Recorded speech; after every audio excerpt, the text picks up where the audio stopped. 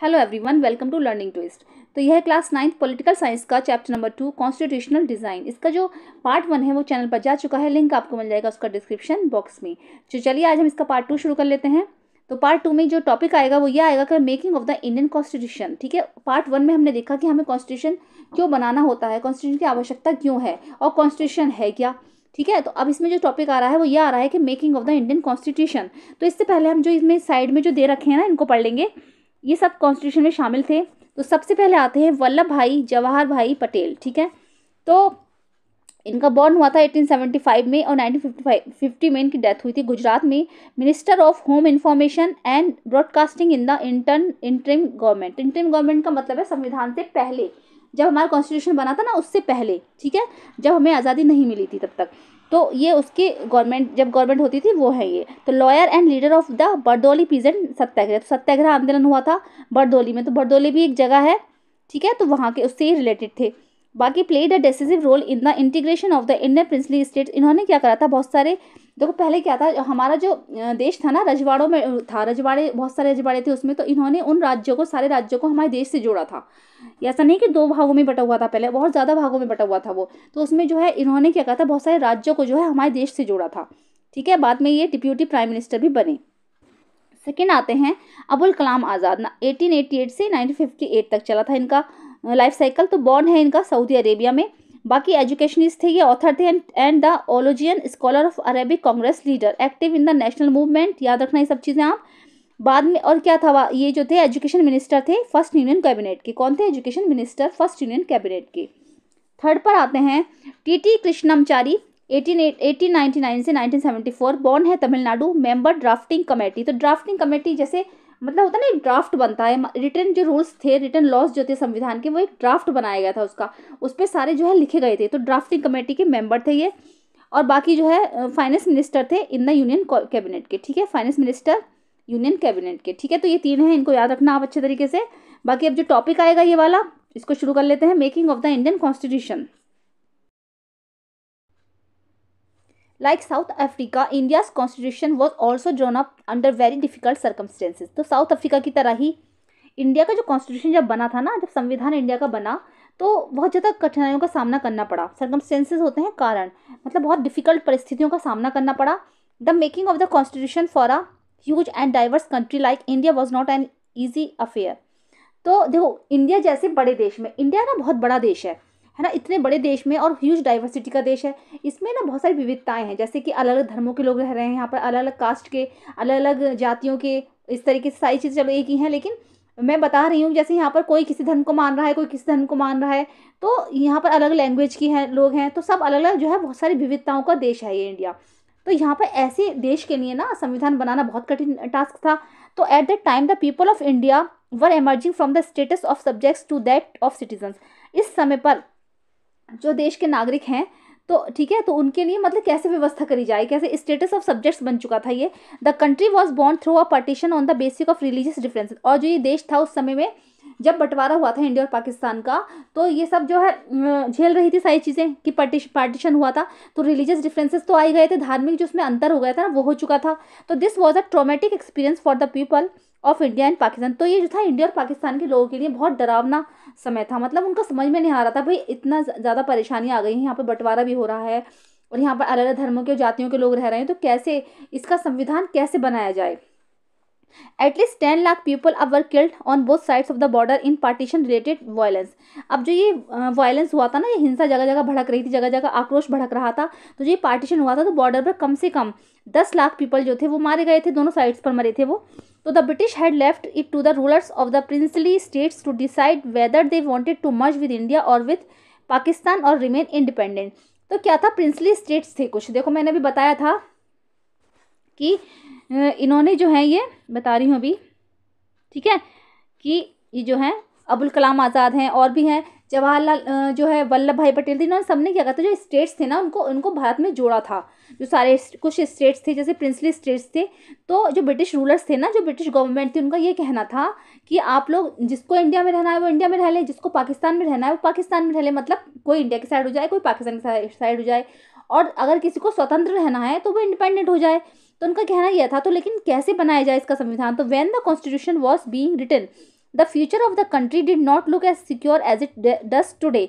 तो जब कॉन्स्टिट्यूशन वहाँ का लिखा गया था, हमारे देश का संविधान जब लिखा गया, तो जैसा कि आज वो दिखता है, तो ऐसा नहीं पता था कि फ्यूचर में वो ऐसा होगा। उस समय में ये लगता था देखकर, the makers of the constitution had anxiety about the present and the future of the country. और जो मेकर्स थे, जो कॉन्स्टिट्यूंट असेंबली के जो मेंबर थे, तो उनको भी बहुत ज़्यादा चिंता का विषय था उनके लिए कि भाई इतने बड़े विविधताओं के देश में, इतने विशाल देश में, और जहाँ पर बंटवारा हो रखा है, अलग अलग धर्मों के लोग, अलग जातियों के लोग रह रहे हैं, तो कैसे कैसे हम इसके फ्यूचर के बारे में डिसाइड करें कि कैसे हम यहाँ का संविधान बना सकते हैं। The path of constitution, despite all this difficulties, इन सारी डिफिकल्टीज को निपटते हुए, मतलब इन सारी परेशानियों का सामना करते हुए, there was one big advantage for the makers of the Indian constitution. Unlike मतलब अब क्या था, एक बहुत बड़ा फ़ायदा हुआ जो मेकर्स थे इंडियन कॉन्स्टिट्यूशन बनाने के, यानी कि जो कॉन्स्टिट्यूशन असेंबली के मेंबर्स थे, उनको एक बहुत बड़ा फ़ायदा हुआ। Unlike south Africa, south Africa की तरह ही नहीं, they did not have to create a consensus about what a democratic India should look like। ठीक है, तो कंसेंट कैसे होता है, एक मत हो जाना, कि जैसे सारे लोग जो थे वहाँ के वो एक मत हो गए थे, जो कॉन्स्टिट्यूशन असेंबली के मेंबर थे, तो वो ना उनको ये लगता था, असेंबली के मेंबर थे ना, वो जो लोग थे वो ये सोचते थे कि उनको ये ऐसा मन नहीं था कि देश डेमोक्रेटिक होगा या नहीं होगा, या फिर राइट टू वोट मिलेगा या नहीं मिलेगा, उनको तो बस जो है संविधान बनाना था। ठीक है, तो much of these consensus had evolve during the freedom struggle, क्योंकि इसमें कुछ स्वतंत्रता सेनानी भी शामिल थे, जो फ्रीडम फाइटर थे वो भी इसमें शामिल थे, क्योंकि वो तो स्वतंत्रता के लिए पहले से लड़ाई लड़ रहे थे, तो उनको पता था कि हमें संविधान में क्या क्या चीज़ें लिखनी है, किन किन चीज़ों का जो है परेशानियों का सामना करना पड़ता है पब्लिक को। तो national movement was not merely a struggle against a foreign rule, हमारा जो ये मूवमेंट था, जो राष्ट्रीय मूवमेंट था, ये जो है विदेशी रूल की तरह ही था। जैसे विदेश से क्या था, हम लोग ना विदेशों से बहुत सारी चीज़ें सीख सके थे, जैसे कॉलोनियल रूल आया था ना उस टाइम ब्रिटिश में, तो उससे बहुत ज़्यादा चीज़ें हमें समझ में आई थी इंडिया में, तो इंडिया में बहुत सारी चीज़ें जो है वहाँ से भी ली गई हैं। It was also a struggle to rejuvenate our country and to transform our society and politics. तो इससे क्या हुआ था, बहुत बड़ा स्ट्रगल का टाइम था, जिससे कि हमारा देश जो है वो रेजुविनेट हो पाए, इससे उभर पाए, और हमारे सोसाइटी एक नए समाज का निर्माण हो पाए। तो there were sharp differences of opinion within the freedom struggle about the path India should take after independence. तो स्वतंत्रता के बाद जो है बहुत सारी इसमें जो परेशानियों का सामना करना पड़ा, कि जो एक मतलब ये जो खुले माइंड वाला जो होना चाहिए, मतलब स्वतंत्रता सबको मिले, सबको समान अधिकार मिले, राइट टू वोट हर एक के पास हो, जो हमारा देश हो वो डेमोक्रेटिक हो। तो such differences exist even today, जैसे कि डिफरेंसेस आज भी दिखते हैं। Yet some basic ideas had come to be accepted by almost everyone, बल्कि क्या था, कुछ बेसिक आइडियाज तो जो है हर जगह से लिए गए हैं, संविधान में लिखे गए हैं, तो सब जगह से वो लिए गए हैं। As far back as in 1928 Motilal Nehru and 8 other Congress leaders drafted a constitution for India. तो देखो ये वेरी वेरी इंपॉर्टेंट है यहाँ से। तो जैसे कि 1928 में क्या था, जो मोतीलाल नेहरू और उनके जो 8 अदर कांग्रेस लीडर्स थे, उन्होंने एक जो है कॉन्स्टिट्यूशन के लिए भारत में ड्राफ्ट बनाया। तो ड्राफ्ट क्या होता है, ड्राफ्ट में जो है सारे पॉइंट्स लिखे जाते हैं रिटन में लिखे जाते हैं कि मतलब ये होगा ये होगा ये होगा, इसमें ऐसा होना चाहिए, इसमें तो एक ड्राफ्ट बना था। इन 1931 the resolution at the Karachi session of the Indian national Congress dwelt on how independent India's constitution should look like. और फिर क्या था 1931 में, देखो ये सब डेट्स आप याद रखना। 1928 में तो मोतीलाल नेहरू ने और उनके 8 कांग्रेस लीडर्स थे, उन्होंने एक ड्राफ्ट बनाया था कॉन्स्टिट्यूशन का। ठीक है, और 1931 में कराची सेशन जब हुआ था, रिजोल्यूशन में कराची सेशन जब हुआ था, तो उसमें इंडियन नेशनल कांग्रेस, ठीक है, ड्वेल्ट ऑन हाउ इंडिपेंडेंट, तो उसने बताया कि कैसे हमारा देश का जो कॉन्स्टिट्यूशन होगा, इस स्वतंत्र भारत का जो कॉन्स्टिट्यूशन होगा वो कैसा होना चाहिए, मतलब एक जो कहते हैं ना डिस्कस किया गया, डिसीजन लिया गया कि कैसा होना चाहिए। कराची सेशन के दौरान ये पता चला। Both these documents were committed to the inclusion of universal adult franchise, right to freedom and equality and to protecting the rights of minorities in the constitution of independent India। तो क्या था, ये जो दोनों डॉक्यूमेंट्स थे ना, कि अब दोनों डॉक्यूमेंट्स किस किस के थे, एक तो हो गए नेहरू और जो मोतीलाल नेहरू थे, है ना, इन दोनों की जो डॉक्यूमेंट्स थी, इनकी दोनों की कमेटी थी। तो इन दोनों ने जब ये कमेटी बनाई, तो उनका ऐसा नहीं था कि यूनिवर्सल एडल्ट फ्रेंचाइजी मतलब यानी कि जो राइट टू वोट है वो सबको मिले, ऐसा कुछ नहीं था कि राइट टू वोट मिले या फिर उनको कोई फ्रीडम की चाहत थी, इंडिपेंडेंस की चाहत थी, ऐसा कुछ नहीं था। बस वो एक स्वतंत्र भारत का संविधान चाहते थे।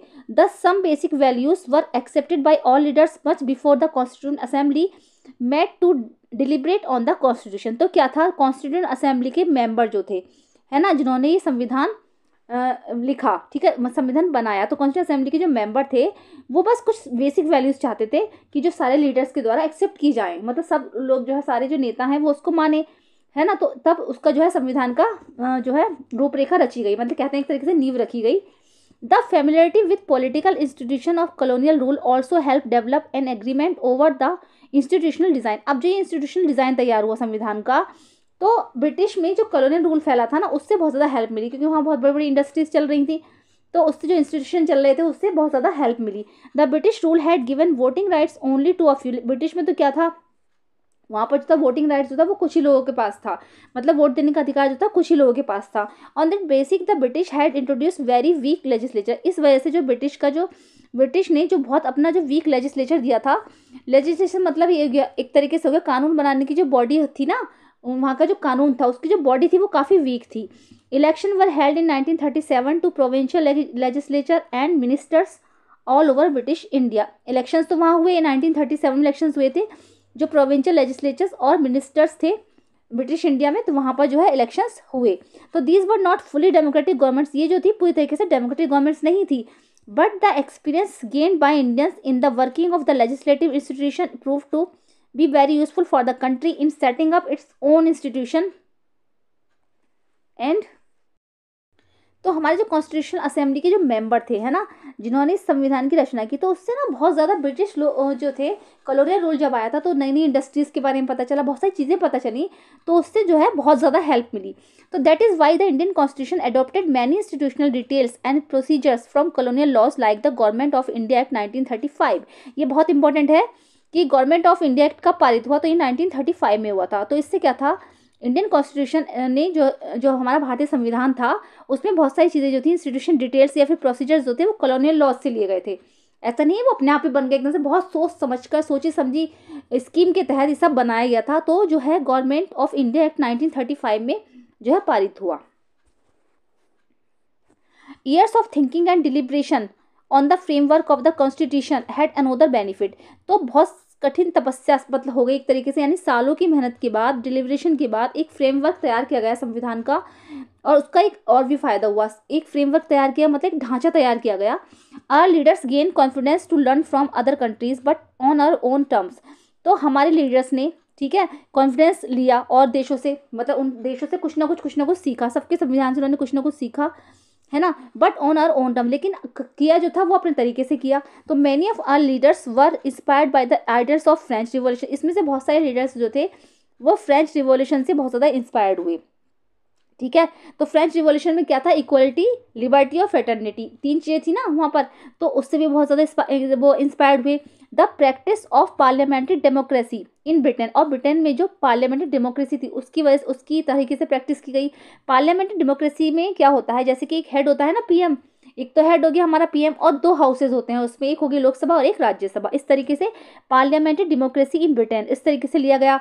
And in bill of rights in the US, ठीक है। तो बिल ऑफ राइट्स का मतलब है जो फंडामेंटल राइट्स जो थे वो हमारे वो यूएस के संविधान से लिए गए, यानी कुछ ना कुछ कहीं ना कहीं से लिया जरूर गया हमारे संविधान के लिए। तो बिल ऑफ राइट्स यानी कि फंडामेंटल राइट्स जो थे वो यूएस से लिए गए।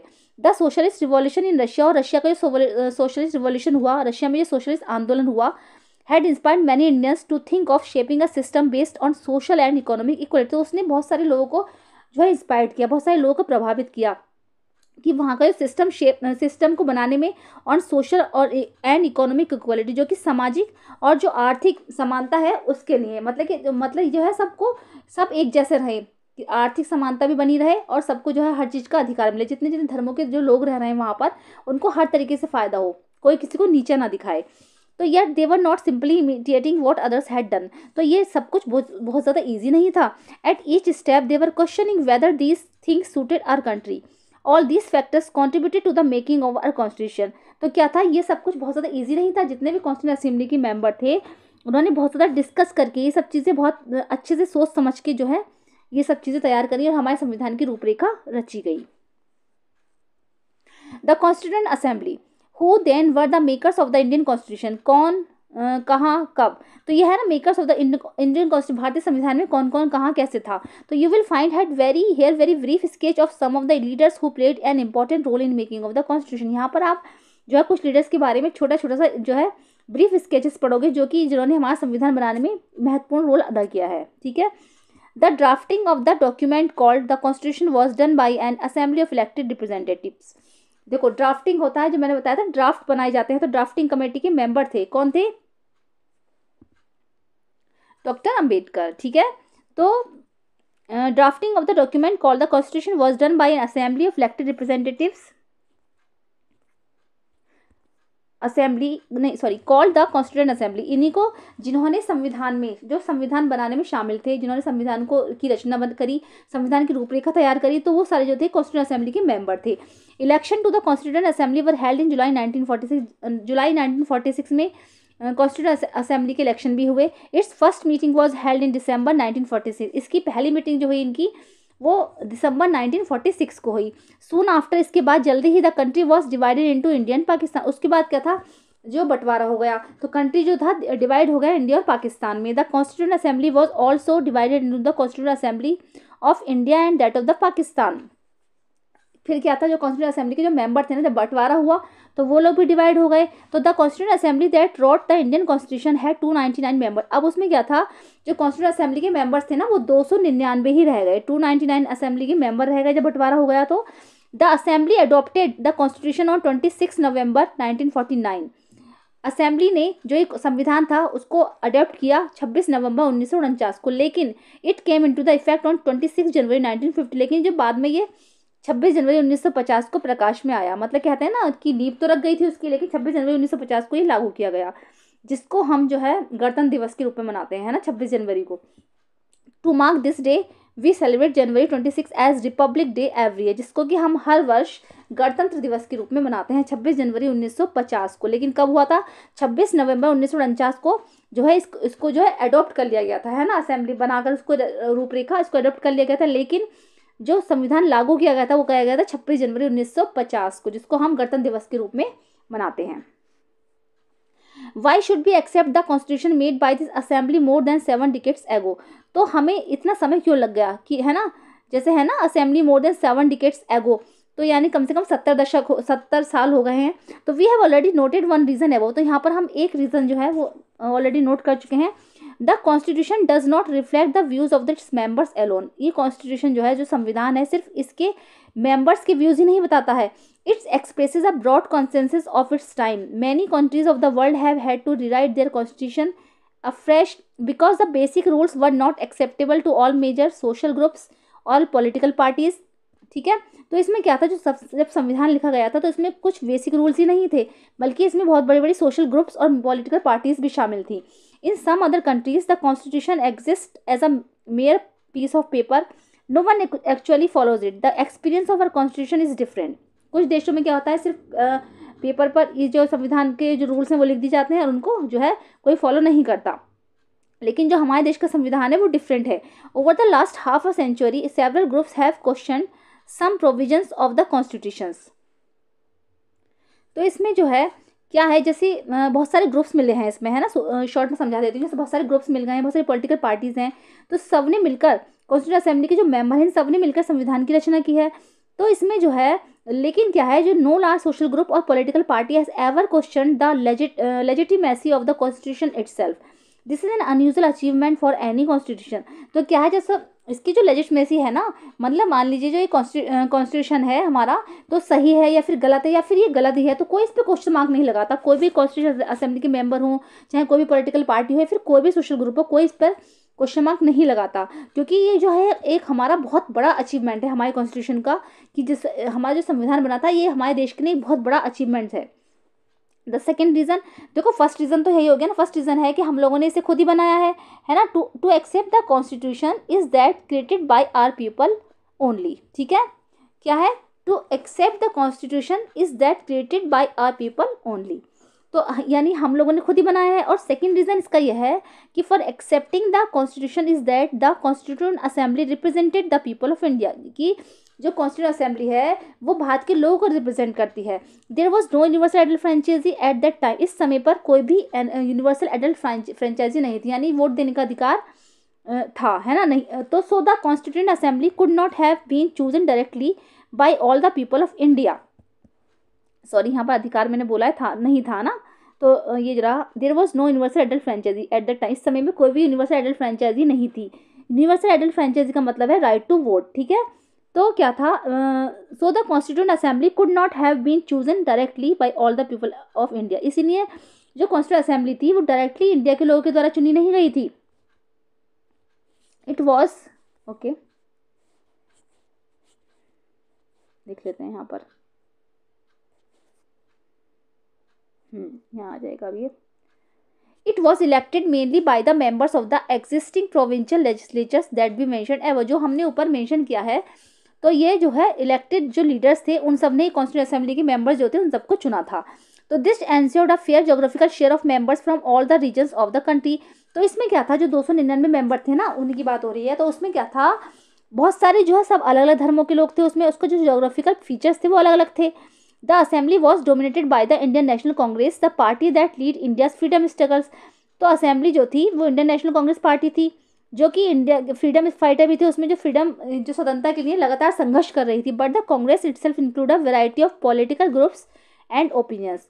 The assembly had many members who did not agree with the Congress. Assembly में तो वही बहुत सारे लोग थे, तो जो थे कुछ उसमें ऐसे भी थे जो कांग्रेस से एग्री नहीं थे. In social terms to the assembly represented members from different languages, group, caste, classes, religions and occupation. तो क्या था, असेंबली में बहुत सारे मेंबर्स थे, तो कुछ अलग अलग लैंग्वेजेस के थे, ग्रुप्स के थे, कास्ट के थे, क्लासेस के थे, है ना, तो रिलीजन्स और ऑक्यूपेशंस के थे. Even if the constituent assembly was elected by universal adult franchise, फिर भी जो ये कॉन्स्टिट्यूएंट असेंबली थी ये यूनिवर्सल एडल्ट फ्रेंचाइजी के हिसाब से जो है चुनी गई. Its composition would not have been very different, इसका जो कॉम्पोजिशन था वो बहुत ज़्यादा अलग नहीं था. Finally the manner in which the constituent assembly work gives sanctity to the constitution, पवित्रता. तो क्या सेंसिटिविटी का मतलब है पवित्रता. तो finally the manner in which the constituent assembly work, जिस तरीके से कॉन्स्टिट्यूएंट असेंबली ने कार्य किया, मतलब कॉन्स्टिट्यूएंट असेंबली के जो मेंबर थे उन्होंने जो कॉन्स्टिट्यूशन बनाया, तो क्या था, उसने जो है हमारे संविधान की पवित्रता को बनाए रखा.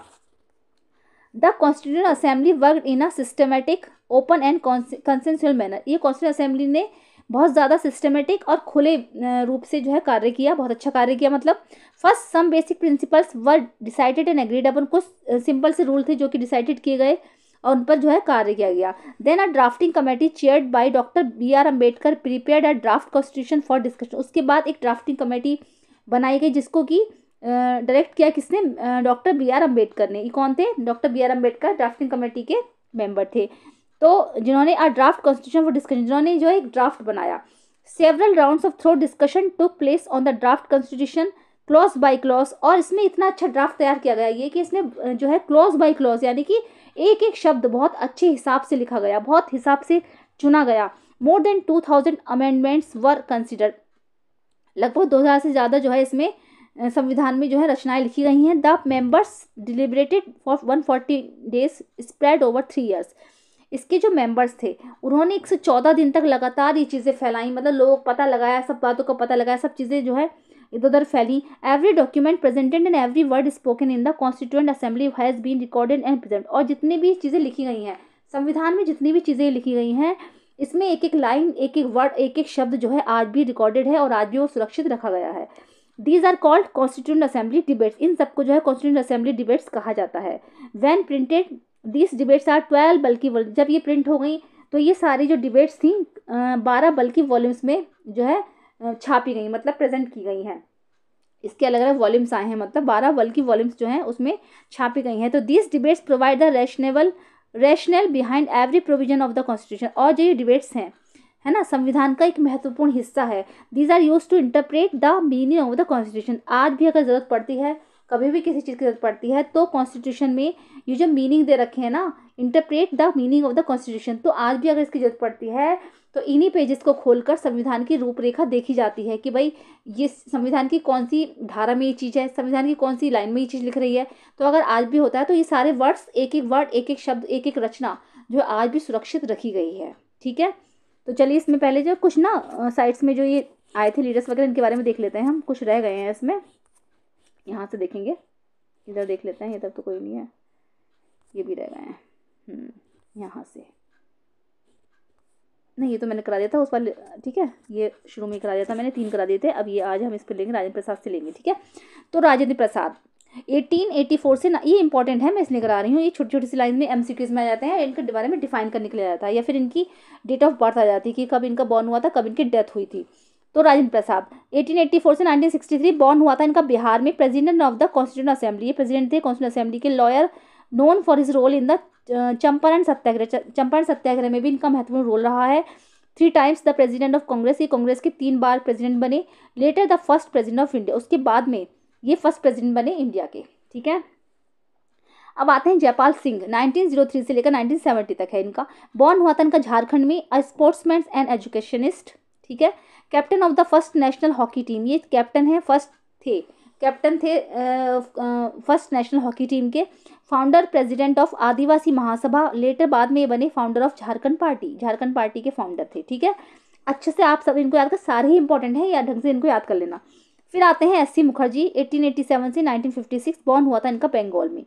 ठीक है, ये बने थे गवर्नर ऑफ वेस्ट बंगाल।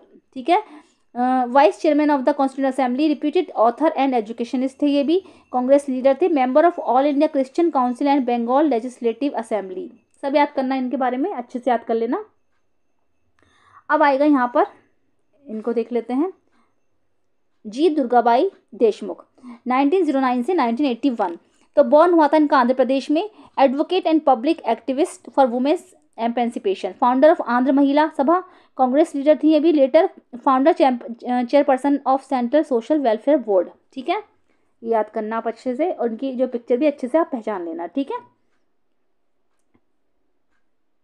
चलिए अब आता है guiding values of the Indian constitution, हमारे इंडियन कॉन्स्टिट्यूशन की या फिर भारतीय संविधान की गाइडिंग वैल्यूज क्या क्या है, ये हमें क्या बताता है, क्या क्या निर्देश देता है, क्या क्या इसके जो नैतिक मूल्य हैं। तो in this book we shall study the exact provision of the constitution on different subject, इस बुक में हम जो है संविधान में जो जो लिखा गया है उसके बारे में पढ़ेंगे, डिफरेंट चीज़ों के बारे में। At this stage let us begin by understanding the overall philosophy of what our constitution is all about, बल्कि क्या है इस स्टेज में हम इसकी जो ओवरऑल फिलोसफी है, हमारे संविधान की जो ओवरऑल फिलोसफी है उसके बारे में देखेंगे हम। We can do this in 2 ways, हम इसको जो है 2 तरीके से देखते हैं। We can understand it by reading the views of some of our major leaders to in our constitution, हमारे संविधान में। ठीक है, अगर हम पढ़ के देखेंगे तो हम जितने भी लीडर्स हैं उनके बारे में देखेंगे, but it is equally important to read what the constitution says about its own philosophy, लेकिन इसके से ज़्यादा हमें पढ़ने से ज़्यादा हमें इसको समझना होगा कि इसके नैतिक मूल्य क्या क्या हैं, ये क्या कहता है, इसकी फिलोसफी क्या क्या है।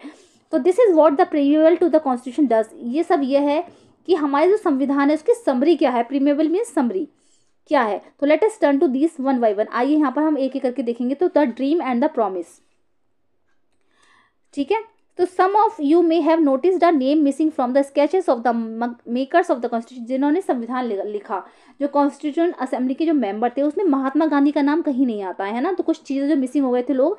तो Mahatma Gandhi he was not a member of the constitution assembly, वो जो कॉन्स्टिट्यूशन असेंबली के मेंबर नहीं थे। Yet there were many members, लेकिन फिर भी बहुत सारे मेंबर्स थे हु फॉलोड हिज विजन, जिन्होंने इस तरफ कार्य किया। Years ago writing in his magazine young India, जब उन्होंने कई साल पहले अपनी एक मैगजीन लिखी थी यंग इंडिया इन 1931, याद रखना आप यंग इंडिया किसकी है और कब लिखी गई है। तो he had spelled out what he wanted the constitution, उन्होंने इसमें बताया है कि वो कॉन्स्टिट्यूशन में क्या चाहते थे, कि कॉन्स्टिट्यूशन कैसा होना चाहिए। ठीक है, तो यहाँ पर इसको पढ़ लेंगे। ये देखो, I shall strive for a constitution which will release India from all thraldom and patronage. तो शॉर्ट में बता देती हूँ, तो ये महात्मा गांधी ने बताया है, उन्होंने अपनी मैगजीन में लिखा है कि there shall be no high class and no low class, जब हमारे यहाँ देश में कोई हाई क्लास और कोई लो क्लास नहीं होगा, कोई अछूत नहीं होगा, है ना, अनटचेबल नहीं होगा, कोई किसी के बारे में नहीं सोचेगा, आदमी और औरतों को बराबर के अधिकार मिलेंगे। तो एक ऐसे संविधान की रचना होनी चाहिए। वो कहते थे कि तो मैं एक ऐसा संविधान चाहता हूँ कि जिसमें ना कोई ऊंच नीच हो, ना कोई जात पात हो, कोई छोटा बड़ा ना हो, सब एक दूसरे के साथ मिलजुल कर रहें, इसमें सब यही है ना। तो क्या है, women will enjoy the same rights, हाँ देखो, औरतें भी बिल्कुल आदमियों की तरह ही इंजॉय कर सकें, उनको भी बराबरी का हक मिले। तो I shall be satisfied with nothing, मैं तभी सेटिस्फाई होऊंगा, इससे ज़्यादा मैं कुछ नहीं चाहता। मतलब उन्होंने भी इसलिए कार्य किया था, और वो भी ये कहना चाहते थे कि सब देश में जो जात पात है ऊंच नीचे, उसका जो भेदभाव है वो मिट जाए। ठीक है, ओके। तो this dream of in India that has eliminated inter equality was shared by doctor Ambedkar. तो डॉक्टर अम्बेडकर थे, उनका भी यही सपना था। तो वो चाहते थे कि जो देश में असमानता है ना, जो अछूत लोगों के साथ गंदा व्यवहार करता है, वो सब ना हो, उससे सबसे मुक्ति मिल जाए। Who played a key role in the making of the constitution, but he had a different understanding of how inequalities could be removed. उन्होंने भी संविधान के लिए जो महत्वपूर्ण कार्य किया कॉन्स्टिट्यूशन के बनाने में, लेकिन उनकी ना एक अलग ही थिंकिंग थी। वो ये सोचती थी कैसे जो है हम इस देश से असमानता को निकाल फेंकें, इनइक्वालिटीज जो है हमारे देश में उसको कैसे निकाल फेंकें। He often bitterly criticised Mahatma Gandhi and his vision. बल्कि क्या था, वो तो महात्मा गांधी और जो उनका विजन था उससे बहुत ज़्यादा मतलब वो उनसे ज़्यादा बहुत ज़्यादा परेशान रहते थे, उनको अच्छा नहीं समझते थे। In his conclusion speech to the constituent assembly he states anxiety very clearly. उन्होंने जो है कॉन्स्टिट्यूट असेंबली में जब अपनी एक बार स्पीच दी थी तो उनको भी उनकी भी ये चिंता जो थी वो साफ साफ दिख रही थी। किसकी चिंता दिख रही थी? डॉक्टर अंबेडकर की। उन्होंने भी साफ साफ बताया था कि कैसे हमारा जो एक संविधान है पूर्ण संविधान बन सकता है, कैसे हम इसके नैतिक मूल्यों को सुरक्षित रख सकते हैं।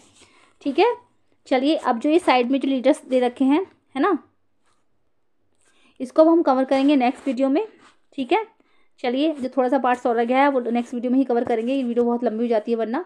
चलिए मिलते हैं नेक्स्ट वीडियो में। अगर पसंद आया है तो उसको लाइक कीजिएगा और चैनल पे फर्स्ट टाइम विजिट करें तो प्लीज़ सब्सक्राइब कीजिएगा, साथ में बेल आइकन भी प्रेस कीजिएगा। मिलते हैं नेक्स्ट वीडियो में। Thank you so much.